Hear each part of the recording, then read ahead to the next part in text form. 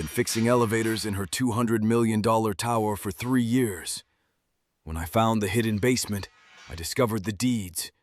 This was my grandfather's land she stole.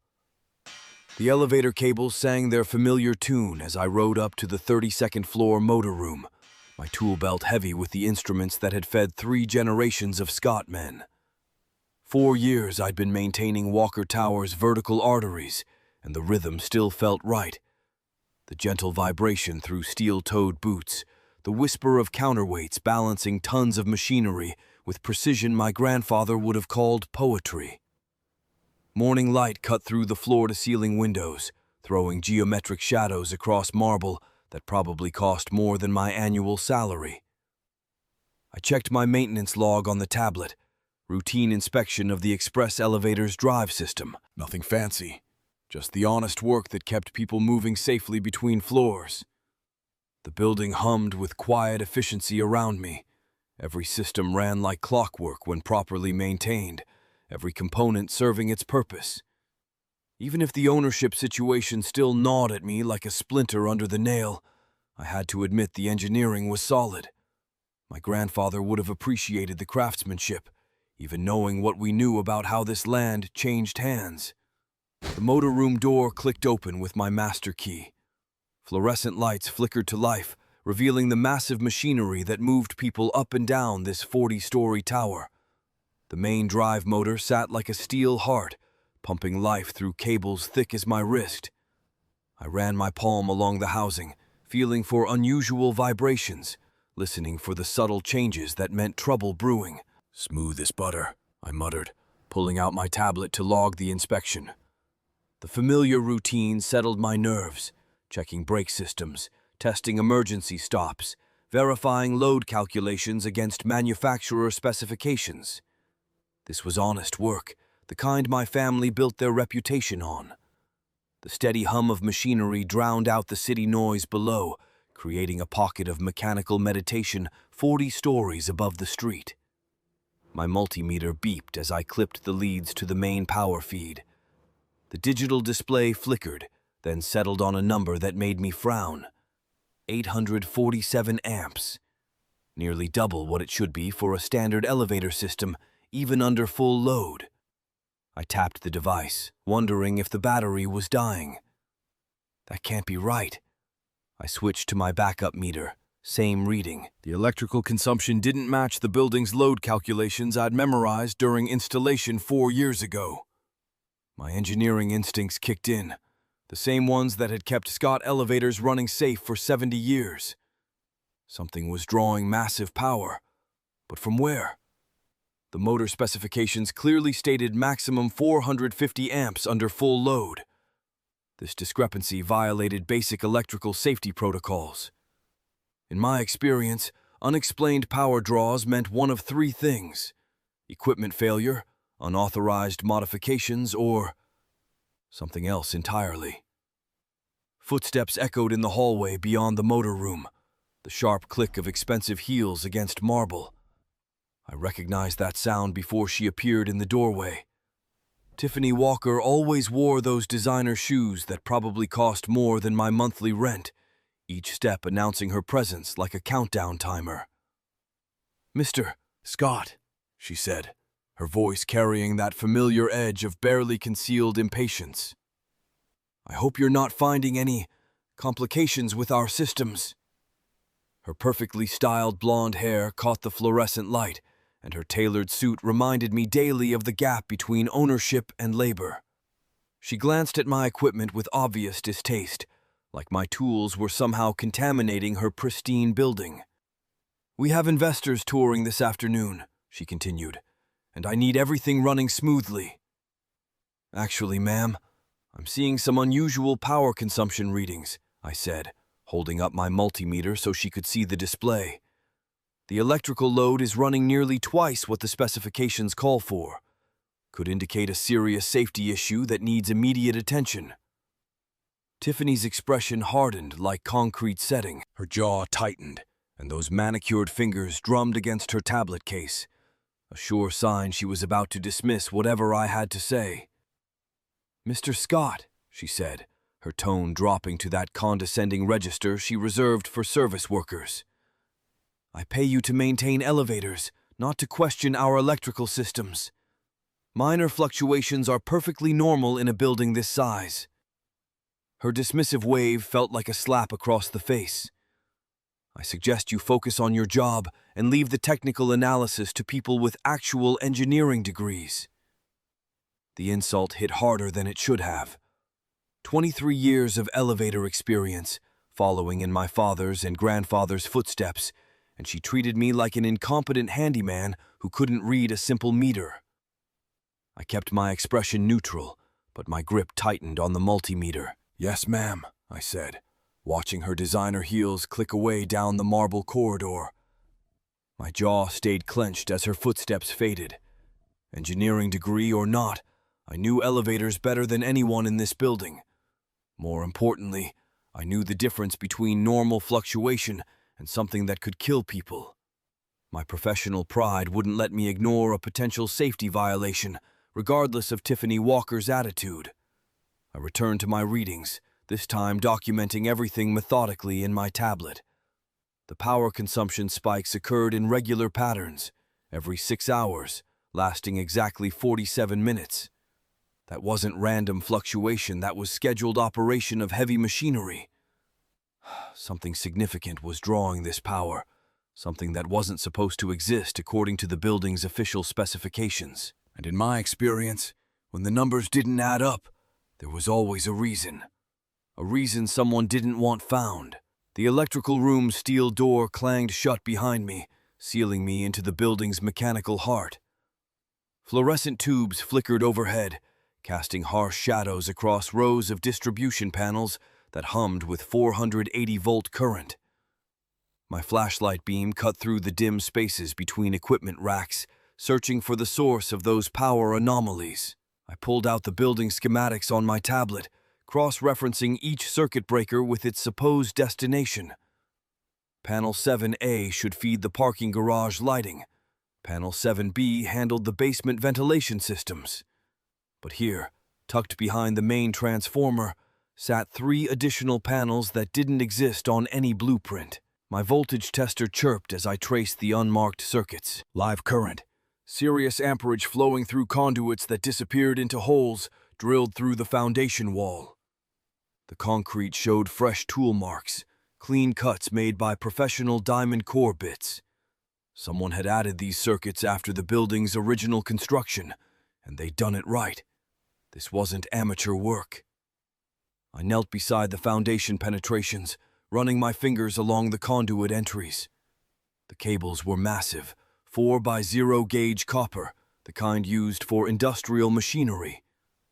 My flashlight revealed the conduits continuing downward through the concrete, heading to levels that shouldn't exist. My phone buzzed against my ribs. Text from Frank. "Coffee later?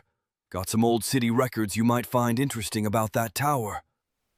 I pocketed the phone and refocused on the electrical feeds. Whatever was down there needed serious power to operate, enough juice to run a small factory. The installation quality told me this represented hundreds of thousands in electrical work, all done off the books. The elevator shaft inspection confirmed my suspicions. I rode car 3 down to the parking garage, then pried open the emergency access panel to examine the shaft below. My flashlight beam penetrated the darkness, illuminating guide rails that continued far beyond where they should terminate. According to the architectural plans, this shaft ended at the parking level, but these rails kept going, disappearing into shadows that my light couldn't reach. I dropped my measuring tape through the access opening, letting it unspool until the weight hit bottom. 37 feet. The shaft extended 37 feet below the official basement level. That was enough space for 2 full floors, maybe 3 if they'd built them with lower ceilings. I examined the concrete walls more closely, finding fresh tool marks where someone had expanded the original shaft. The work was professional, matching the quality of the electrical installation upstairs. "Buck!" Vincent's voice echoed up from the garage level. "You down there?" "In the shaft," I called back, reeling in my tape measure. "Come take a look at this." Vincent appeared at the access opening, his weathered face creased with concern. 28 years of elevator work had taught him to read buildings like books, and his expression told me he'd noticed the anomalies too. "Been meaning to ask you about those power readings," he said, adjusting his tool belt. "My equipment's been acting strange near the basement levels. Magnetic interference, like there's heavy machinery running below us." I nodded grimly. "You feel it too? Something's not right about this building's electrical system." Vincent glanced around nervously, lowering his voice. "Company's been real tight-lipped about basement access lately. New security protocols, they say. Maria's got orders to escort anyone who needs to work down there." "Since when do we need escorts for maintenance work?" "Since about 3 months ago, right around the time you started noticing those power spikes." We exchanged knowing looks. In our line of work, coincidences were rare. When building owners started restricting access and changing protocols, it usually meant they were hiding something. Back at my workstation, I downloaded 6 months of electrical consumption data from the building's monitoring system. The patterns emerged clearly when I plotted them on a timeline. Massive power draws occurring in precise 6-hour cycles, always between midnight and 6 a.m., when the building's normal electrical load was minimal. The consumption spikes were enormous. During those 6-hour windows, the building used nearly 3 times its normal power.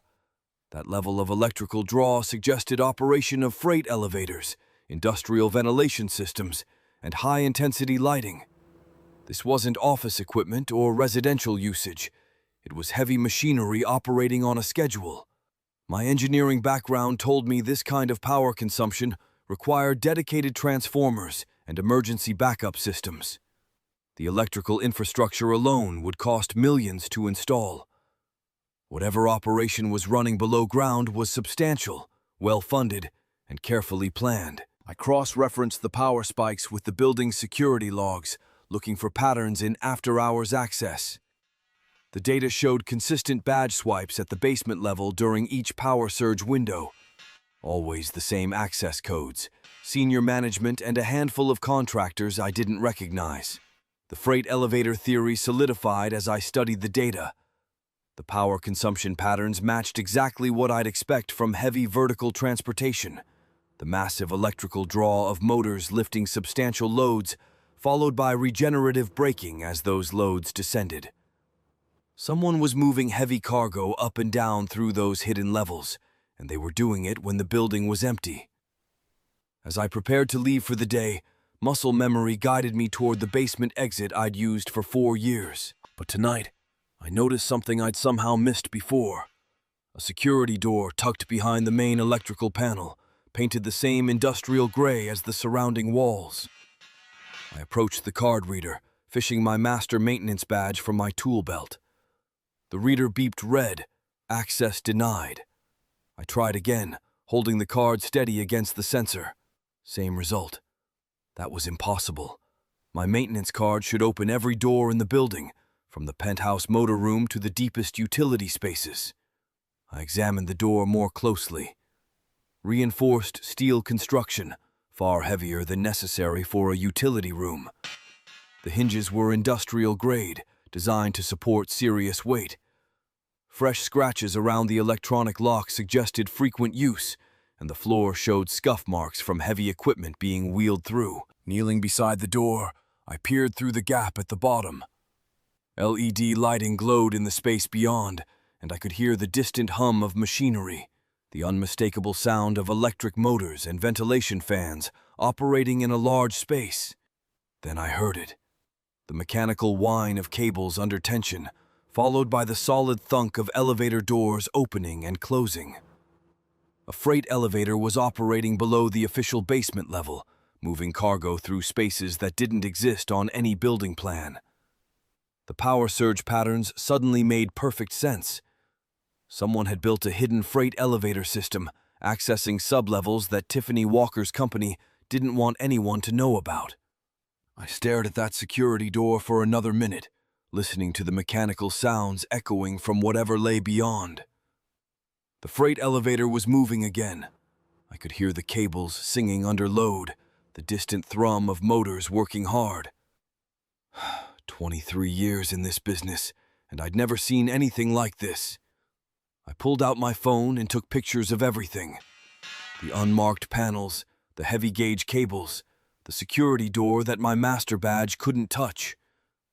The camera flash lit up the basement like lightning, throwing harsh shadows across concrete walls that had been hiding secrets for God knows how long. Back at my workbench, I spread out the building schematics I'd pulled from the city planning office. The official blueprints showed Walker Tower ending at basement level B1.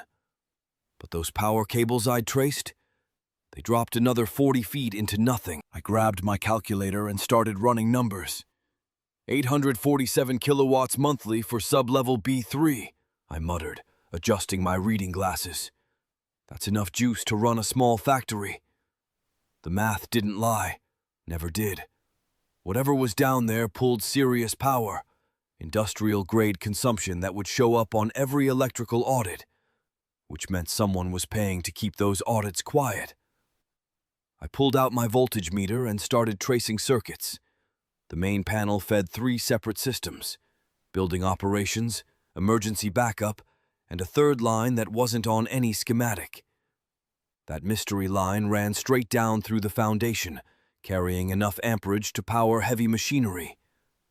My hands were steady as I followed the conduit with my flashlight. 40 years of elevator work teaches you to read buildings like books. This one was telling me a story about hidden spaces and midnight operations. The concrete around the mystery conduit was newer than the rest, maybe 15, 20 years old. Someone had retrofitted this building with serious electrical infrastructure. I found the concealed junction box behind a false panel in the mechanical room. The paint job was professional, but my trained eye caught the seam where the panel met the wall. Inside, heavy gauge wiring ran to what looked like a standard utility closet, except the door frame was reinforced steel, and fresh grease stained the tracks. Son of a bitch, I breathed, running my hand along the hidden door frame. The musty air carried machine oil and the metallic scent of recent use. This wasn't some forgotten storage room. This was active infrastructure, and someone had gone to serious expense to keep it invisible. I needed answers, and I knew exactly who to call.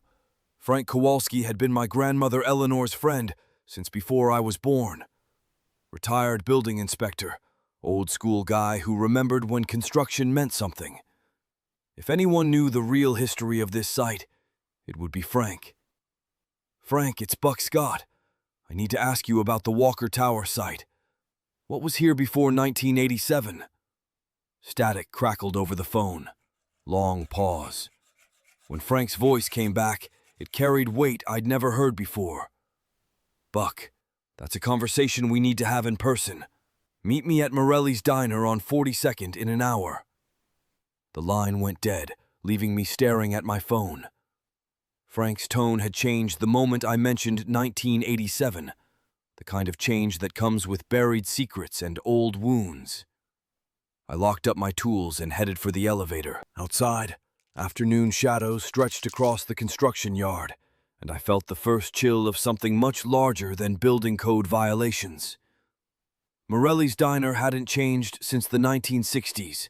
Red vinyl booths, black and white checkered floor, coffee that could strip paint. Frank was already there when I arrived, hunched over a corner booth with a manila folder spread in front of him. Sit down, Buck. His weathered hands shook slightly as he gestured to the seat across from him. We need to talk about your grandmother. He slid a faded photograph across the worn Formica table. A woman in her 50s, dark hair pulled back, standing in front of a modest 2-story building. She had my eyes, the same sharp focus, the same way of looking at things like she could see through them. Eleanor Scott, Frank said quietly. Your grandmother. Beautiful woman, smart as hell, electrical engineer back when that meant something for a woman. I picked up the photo. I never knew her. Dad said she died before I was born. She did. March 9th, 1987. Frank's voice dropped to a whisper. House fire. Faulty wiring, they said. He opened the folder, revealing property deeds and newspaper clippings that smelled of decades-old secrets. The diner's fluorescent lights buzzed overhead, casting sickly yellow light on documents that made my stomach clench. Eleanor owned that entire block where Walker Tower sits now. Fought like hell to keep it during urban renewal. The city wanted to buy her out, developers made offers, but she wouldn't sell. Frank spread out a 1987 newspaper article. Property owner dies in suspicious fire. Eleanor Scott's photo stared back at me, my grandmother, the woman whose blood ran in my veins. The fire department said faulty wiring, Frank continued. But Eleanor was an electrical engineer. She'd never let her wiring go bad. Hell, she rewired half the neighborhood for free just to keep people safe. The coffee grew cold between us as Frank's eyes clouded with memory. 3 days after the funeral, Meridian Holdings LLC filed a quitclaim deed. Funny thing, Eleanor never signed any quitclaim. I was her friend for 30 years. She would have told me if she'd decided to sell. I studied the documents with my mechanic's eye for detail. The quitclaim deed looked official enough, but something felt wrong. The signature's ink bled differently than the typed text, like it had been added later. The notary stamp was slightly askew, pressed too hard by someone in a hurry. Frank, look at this date. March 12th, 1987. Grandmother died March 9th. My voice cracked with rage and grief I didn't know I was carrying. They couldn't even wait for the funeral. Frank nodded grimly, pulling out another document. Meridian Holdings was a shell company. Guess who bought them out in 1989? The answer hung in the air like smoke from Eleanor's burning house. I didn't need to see the paperwork to know. Tiffany Walker's empire was built on my grandmother's grave, and now I was fixing the elevators in a tower that should have been mine.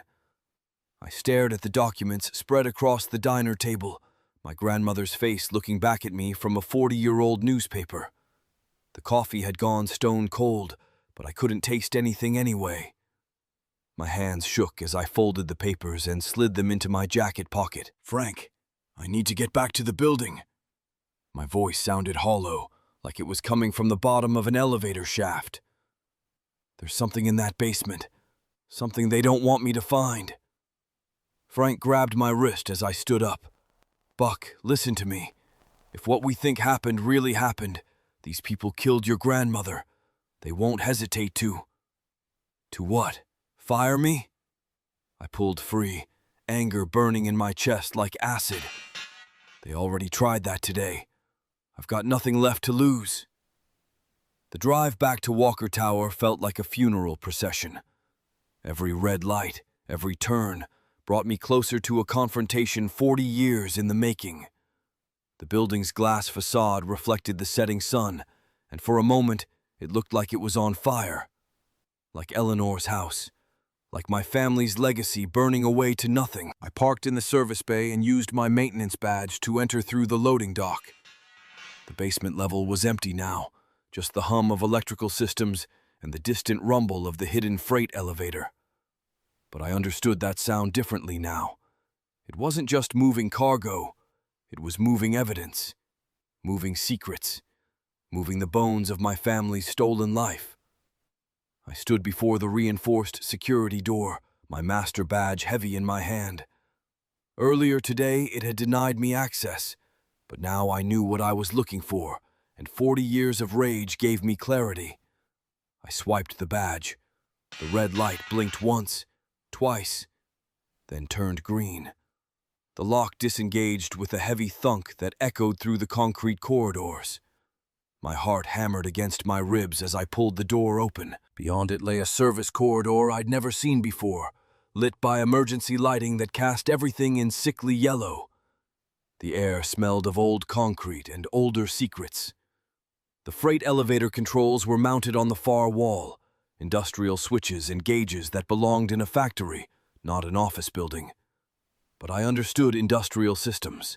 I understood how things were built to last, to hide, to protect what mattered most to the people who controlled them. I pressed the call button. Deep in the building's belly, machinery groaned to life. Cables sang with tension as the hidden elevator rose from depths that shouldn't exist. The sound grew louder, closer, until the massive doors slid open with a pneumatic hiss. The freight car was big enough to move furniture, filing cabinets, or a man's entire life history. I stepped inside, my work boots echoing against steel flooring. The control panel showed 3 basement levels: B1, B2, and B3. According to every blueprint I'd ever seen, B3 didn't exist. I pressed the button.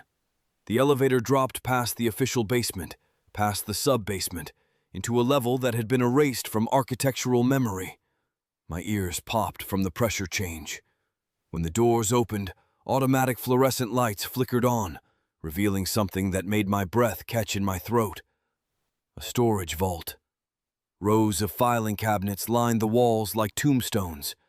Document boxes were stacked floor to ceiling, each one labeled with dates and case numbers.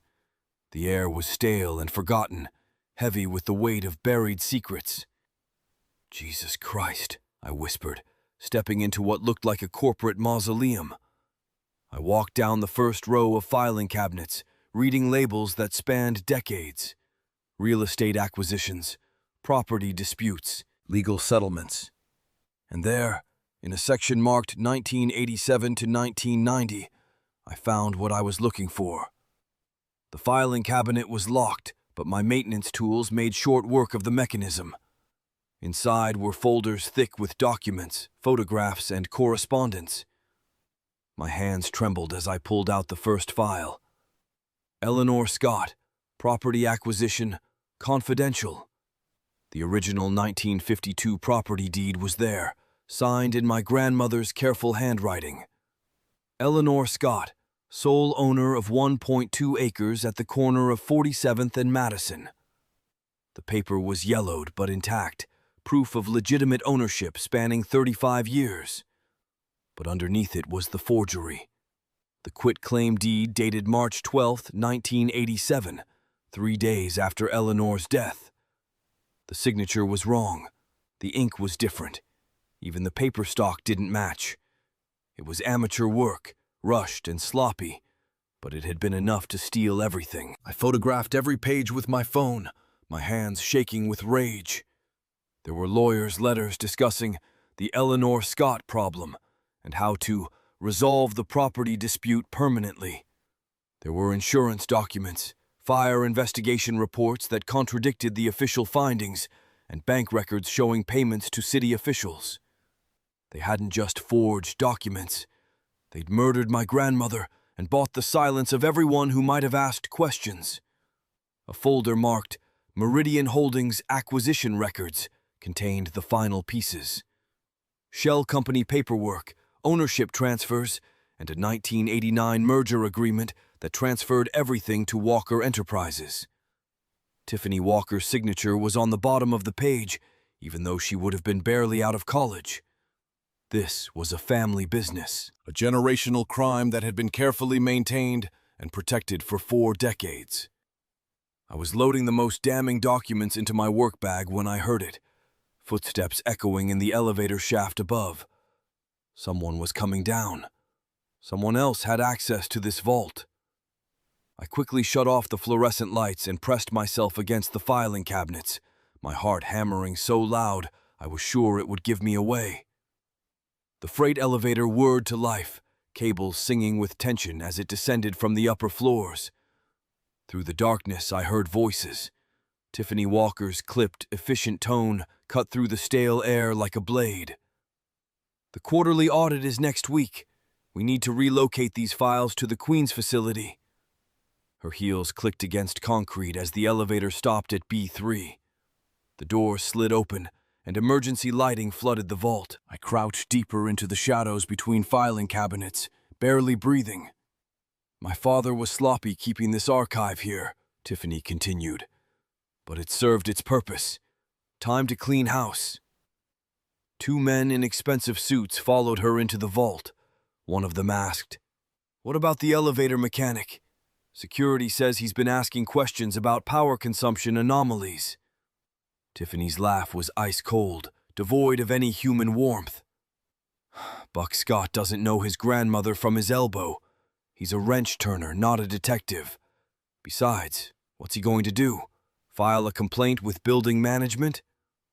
My fists clenched as they began pulling boxes from the shelves, systematically destroying 40 years of evidence. The most critical files, the ones that could prove murder and fraud, were being loaded onto a cart for permanent disposal. Make sure the 1987 materials go first, Tiffany instructed. And anything with Eleanor Scott's name on it. That woman caused us enough trouble when she was alive. They worked efficiently, professionally, like they'd done this before. I crouched in the darkness, helpless to stop them, watching my family's justice disappear one box at a time. After what felt like hours, their footsteps faded back into the elevator shaft. The freight car rose toward the upper floors, leaving me alone with the gutted remains of the vault. Half the filing cabinets stood empty, their contents vanished into the Queen's storage facility, where they'd never be found again. I emerged from hiding to survey the damage. The most damning evidence was gone, leaving only scattered papers and empty metal drawers. My phone contained blurry photos of some documents, but no originals that could stand up in court. The fluorescent light flickered ominously overhead as reality hit me like a falling elevator car. I had partial evidence of a massive crime spanning 4 decades, but Tiffany Walker was always one step ahead. She'd been playing this game since before I was born, while I just learned the rules. I wasn't hunting a corporate criminal. I was trapped in her web, and she was already moving to eliminate the last loose thread. Me. The harsh fluorescent light buzzed overhead as I stared at the forged quit-claim deed, my hands shaking so hard the paper rattled. Eleanor Scott's signature looked like a child's scrawl compared to the careful cursive I remembered from birthday cards. I pulled out my wallet with trembling fingers and found the 1985 Christmas card I'd kept all these years. Love always, Grandma Eleanor. The real signature flowed like water, nothing like this jagged forgery. They stole everything from us. My voice echoed off the concrete walls of this hidden chamber. 36 years.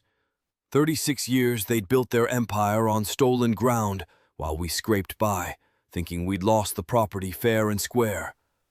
I photographed every document, the camera flash illuminating decades of deception. Each click felt like loading bullets. The freight elevator lurched as I rode back to ground level, my mind racing faster than the cables could pull me up. Tiffany Walker's entire world, the gleaming tower, the magazine covers calling her a self-made tech mogul, all of it built on my grandmother's stolen land.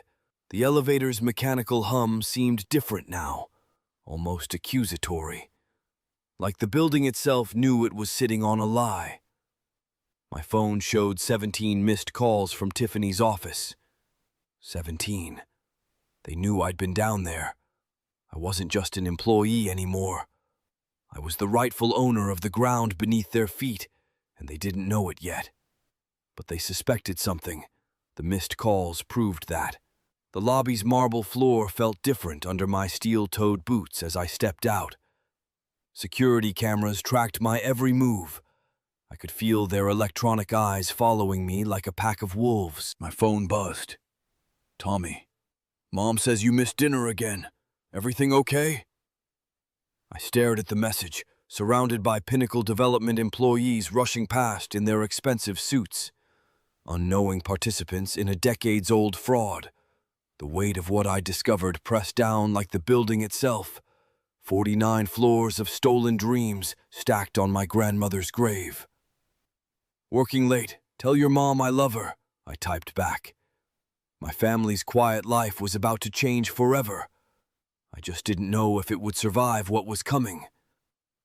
Buck! Maria's voice cut through the lobby noise. She intercepted me at the security desk, her expression grim as winter. Tiffany Walker wants to see you. Now. Her tone carried an edge I'd never heard before. Maria had been building security for 8 years. She didn't rattle easy, but something had her spooked. She seemed different today, angry. Maria glanced around, then leaned closer. "Be careful up there, Buck. I've seen that look before. People get hurt when she gets that look." The elevator ride to the executive floor felt endless. Each floor number lit up like a countdown to execution. 37, 38, 39. My hand touched my phone where the photographed evidence waited like a loaded weapon.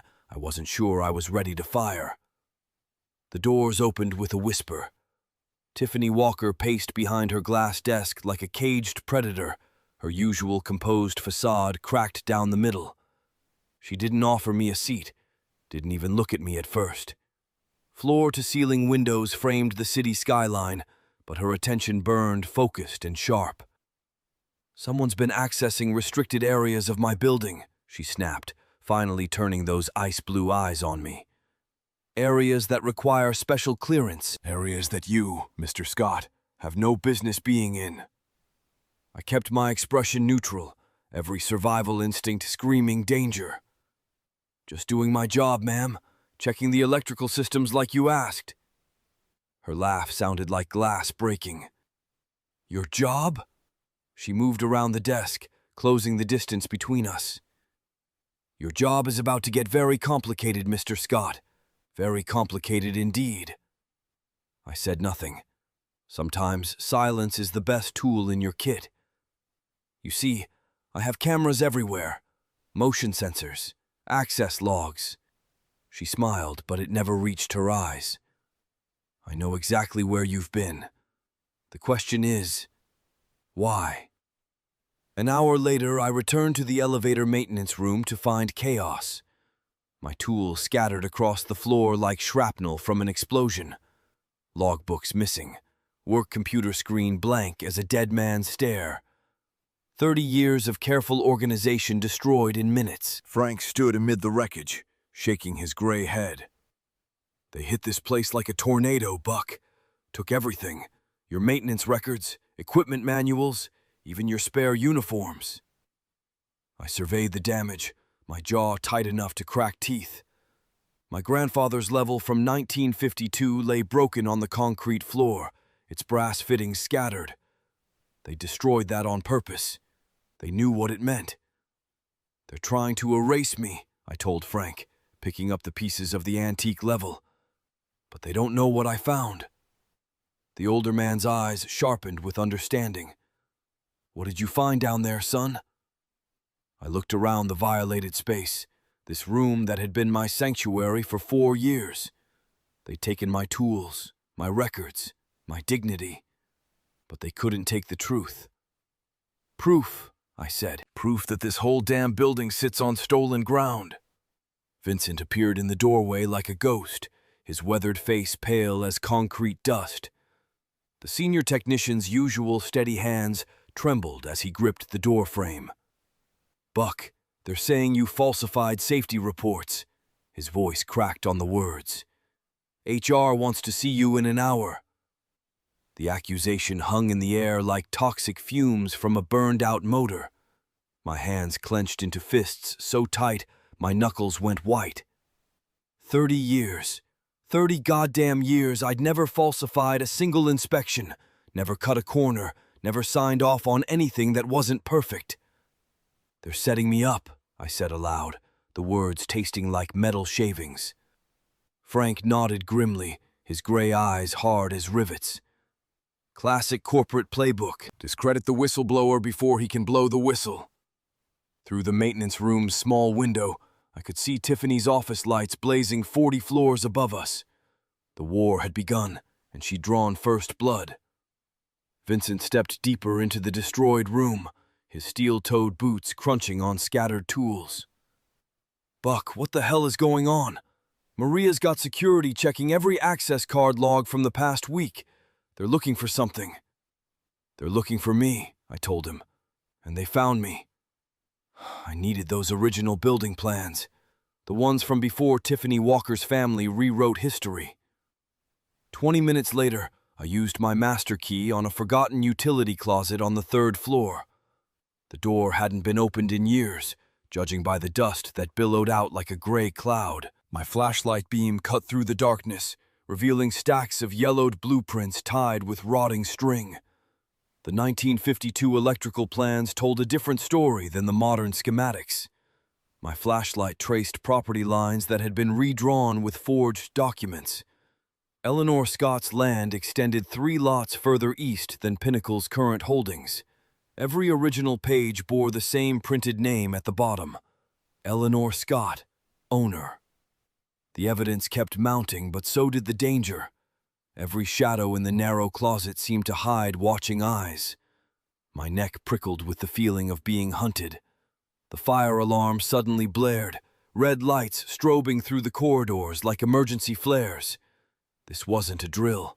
Over the intercom, Tiffany's voice announced a security breach requiring immediate evacuation of all non-essential personnel. I understood the message. They were hunting me. Security guards' boots pounded past in the hallway above as I slipped into the freight elevator shaft. The maintenance ladder's metal rungs bit into my palms, slick with decades of grease and sweat. Hand over hand, I climbed down into darkness, my breath coming in sharp gasps that echoed off the concrete walls. Hidden between floors, suspended in the building's steel skeleton like a spider in its web, I pulled out my phone. The signal was weak, but it held. "Tommy?" I whispered urgently when my son answered. "Dad? You sound weird. What's—" "Listen to me. I need you to go to your great-grandmother Eleanor's old jewelry box, the one Mom keeps in the attic. Look for any papers, anything with signatures." Static crackled through the poor connection. "Dad, you're scaring me. What's going on?" Above me, security guards were checking the maintenance room again. Their voices carried through the shaft like echoes from a tomb. "Just trust me. And Tommy, don't tell anyone else about this call." I cut the line as footsteps approached the shaft access door. The sub-basement felt like descending into the building's memory. Down here, the original foundation stones still bore my great-grandfather's mason marks from 1923. Simple crosses carved into granite with a stonemason's pride. The Scott family had built this ground up from nothing, 3 generations of honest work. Now I understood why the electrical consumption had been so high. Tiffany had been using this hidden level as a private archive, storing documents that should have been destroyed decades ago. Filing cabinets lined the walls like tombstones, each one full of acquisition records that told the story of systematic theft. The irony tasted bitter as copper wire. She'd kept the evidence of her own crimes. My phone buzzed with a text from Tommy. "Dad, found something weird. Grandma Eleanor's signature on this 1987 bank document looks totally different from her signature on Christmas cards from the same year. The bank one looks fake." I stared at the phone screen in the vault's dim light, my grandmother's real handwriting captured in my son's photo. The forged signature was obvious now. Too neat, too careful. Nothing like Eleanor's natural scrawl that I remembered from birthday cards and grocery lists. My hands shook as the full scope of the fraud hit me like a falling counterweight. Tiffany Walker hadn't just stolen land. She'd stolen my family's entire legacy with a pen. Eleanor Scott never sold the property. Her signature was forged, making Tiffany's entire empire nothing but a house built on stolen ground. The motor room's emergency lighting cast harsh shadows across Buck's weathered face as he activated the building-wide lockdown. 40 floors of elevators ground to a halt with mechanical precision. His grandfather's tools, rescued from Tiffany's destruction, lay spread across the control console like instruments of justice. The building's heartbeat, electrical hum, ventilation cycles, steel cables under tension, filled the confined space. Through reinforced glass, the city sprawled below, oblivious to the reckoning unfolding in this mechanical sanctuary. His radio crackled. "Maintenance, we've got elevator malfunctions building-wide. What's your status?" Buck keyed the response with practiced calm. Running full system diagnostics, standard procedure for power anomalies this magnitude.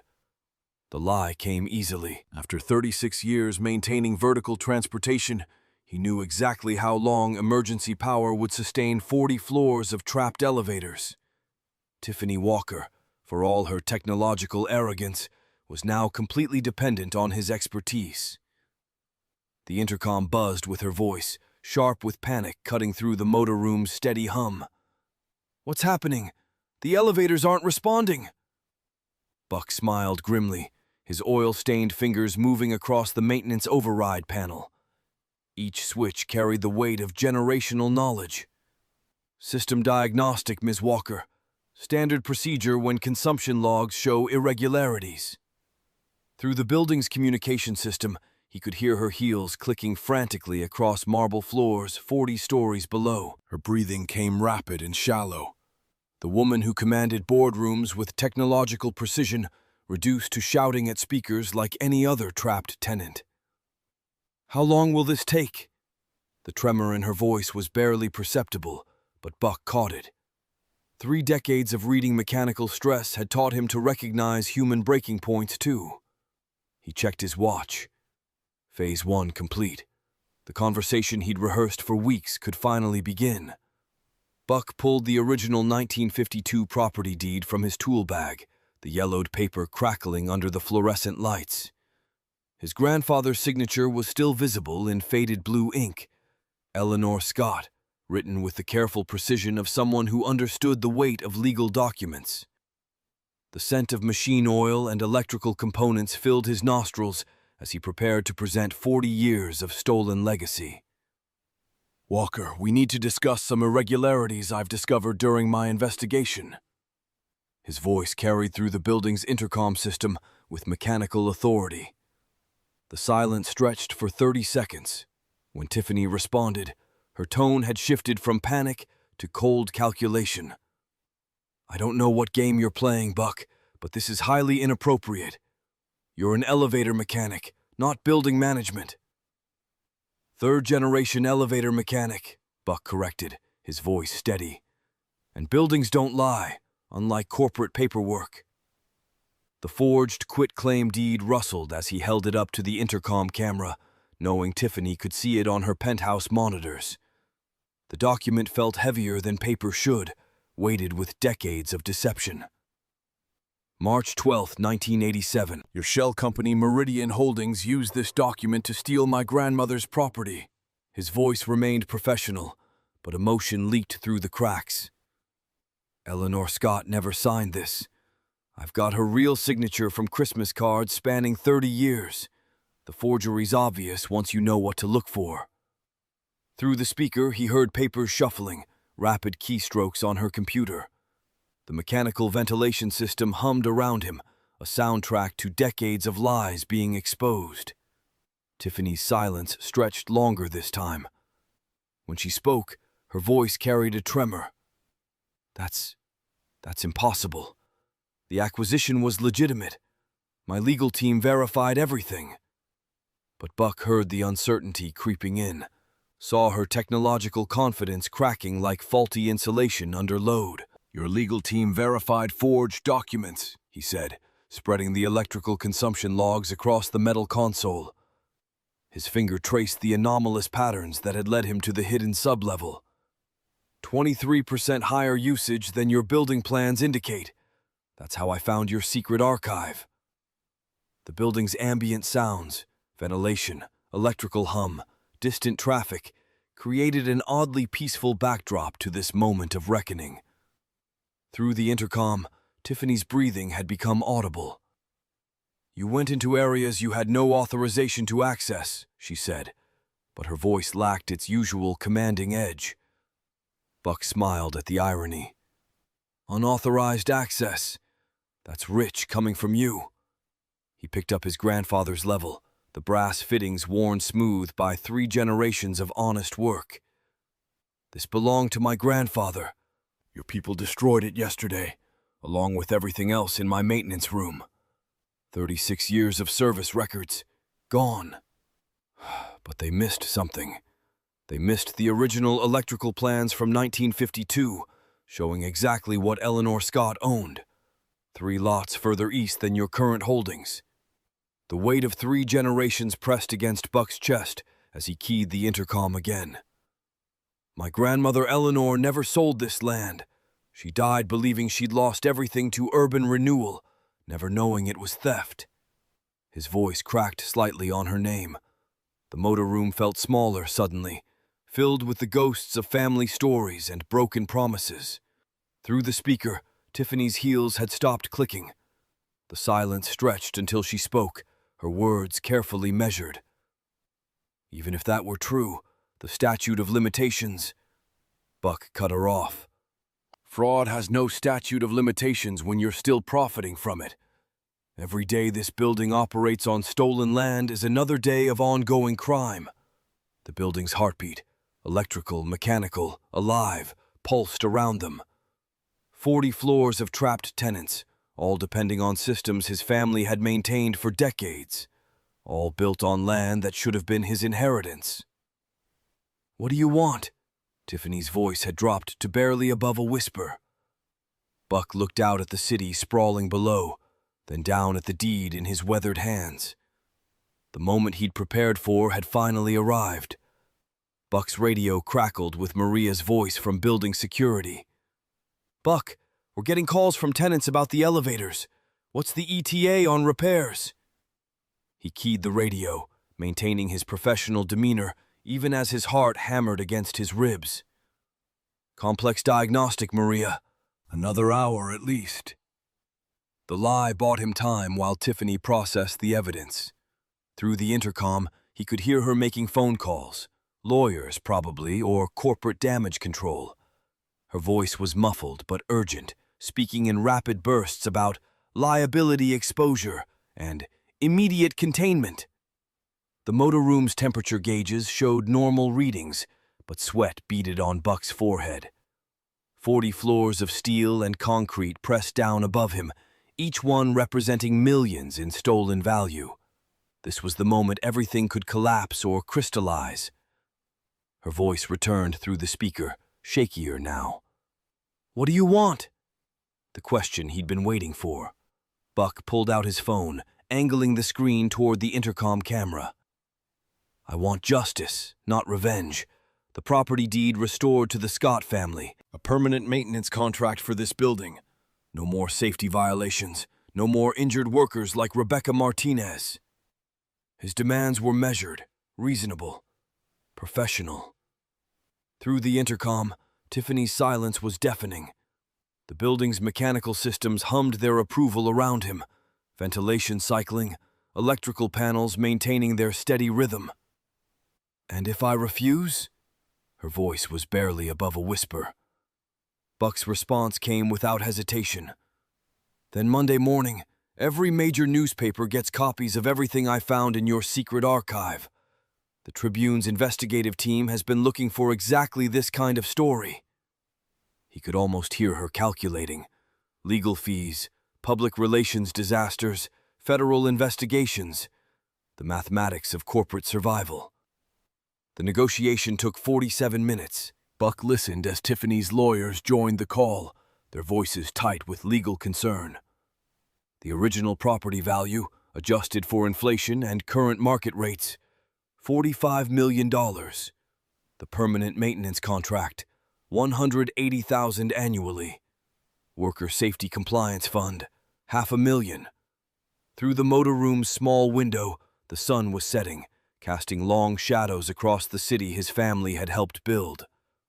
Elevator by elevator, building by building, 3 generations of honest work. "We'll need time to arrange the legal documentation." Tiffany's voice carried the weight of defeat. Buck checked his watch. "You have until Friday. The elevators stay locked until then." The building settled around them with mechanical sighs, as if exhaling years of held breath. Friday morning arrived with autumn rain streaking the motor room windows. Buck's hands were steady as he reviewed the signed documents Maria had delivered. Property deed transfer, maintenance contract, safety compliance agreement. Everything legal, everything binding. The hidden sublevel would remain his secret, insurance against future betrayals. Some knowledge was too dangerous to release, too valuable to surrender. Through the intercom, Tiffany's voice was professionally neutral. "The documents are executed. Your diagnostic can be completed now." Buck allowed himself a small smile. 40 years of stolen legacy, returned in 47 minutes of negotiation. His grandmother Eleanor would have approved of the efficiency. "Diagnostics complete, Miss Walker. All systems operational." The elevator systems came online with their familiar mechanical symphony. Motors humming, cables tensing, counterweights finding their balance. Buck gathered his tools methodically, the same ritual he'd performed thousands of times. But today felt different. The building's heartbeat matched his own now, steady, purposeful, belonging. Through the radio, Maria confirmed all systems operational, tenants moving freely again, normal life resuming, unaware of the seismic shift that had just occurred in the motor room. Buck took one last look at the city through the motor room window. The Scott family property was visible from here, a small rectangle of land that would soon carry his name again. The building had kept its secrets and revealed them when justice demanded it. 6 months later, Buck stood in the renovated lobby of what was now officially Scott Building, watching Tommy install the bronze plaque honoring Eleanor Scott's memory. The young man had his great-grandmother's careful attention to detail, Buck noticed with pride. "Make sure it's level," Buck called out, holding his new brass level, a replacement for the one Tiffany's people had destroyed. Tommy grinned. "Third-generation precision, Dad. I got this." Vincent Caruso approached with the weekly maintenance report. All systems running smoothly, no safety violations, no shortcuts. Rebecca Martinez had returned to work, her injuries healed, her confidence restored in a building that now prioritized safety over profit margins. The building hummed around them with mechanical contentment. Buck's nameplate on the maintenance office door read, "Chief Building Engineer" now. The title came with respect, with authority, with the weight of family legacy finally acknowledged. But late at night, when the building was quiet, Buck still found himself in the motor room, listening to the cables sing their steel songs. The victory was real, the justice served, yet something had been lost in those 47 minutes of negotiation. The simple satisfaction of honest work without the weight of family ghosts. Some victories, he'd learned, were measured not in destruction but in restoration. Of property, of dignity, of family legacy preserved in bronze and steel. The Scott name would endure now, carved in stone and written in legal documents. The building would remember